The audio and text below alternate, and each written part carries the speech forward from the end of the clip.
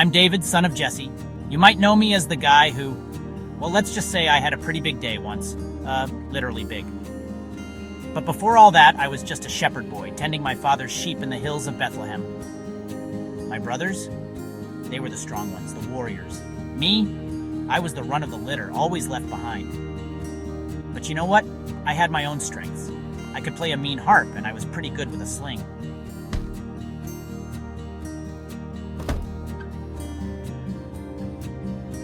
Little did I know those skills would come in handy one day. It all started when my father sent me to check on my brothers at the battlefield.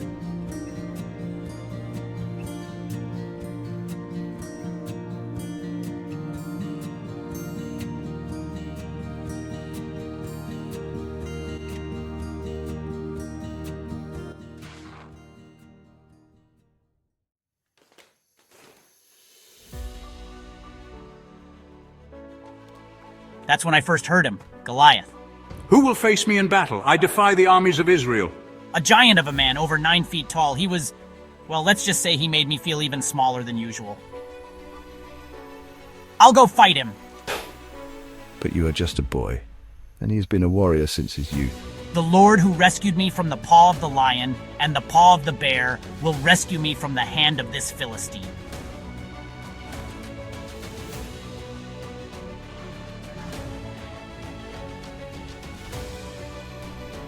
King Saul tried to give me his armor, but it was way too big. I felt like a sheep in wolf's clothing. So I went with what I knew best, my sling and 5 smooth stones. Poor kid, he doesn't stand a chance. This will be over before it even starts. But I knew I wasn't alone. I had faith, and sometimes that's all you need. Am I a dog that you come at me with sticks? You come against me with sword and spear and javelin, but I come against you in the name of the Lord Almighty. I reached into my bag and took out a stone. I could feel the weight of it in my hand, the smoothness against my palm. I placed it in my sling and began to spin it. The world seemed to slow down around me. And then, I let it fly. The stone found its mark right in the center of Goliath's forehead. For a moment, everything was silent. Then, like a mighty oak, Goliath began to fall. The ground shook when he hit, and just like that, it was over. The Philistines fled and our people were saved. That day I learned that it's not about how big or strong you are. It's about having faith and courage to stand up for what's right. So remember, no matter how small you feel, you can do big things. Trust in yourself, and in something bigger than yourself. Oh, and one more thing. Always be prepared.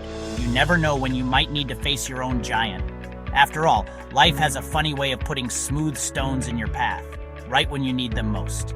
So what giants are you facing today? Remember, with faith and courage, you too can overcome.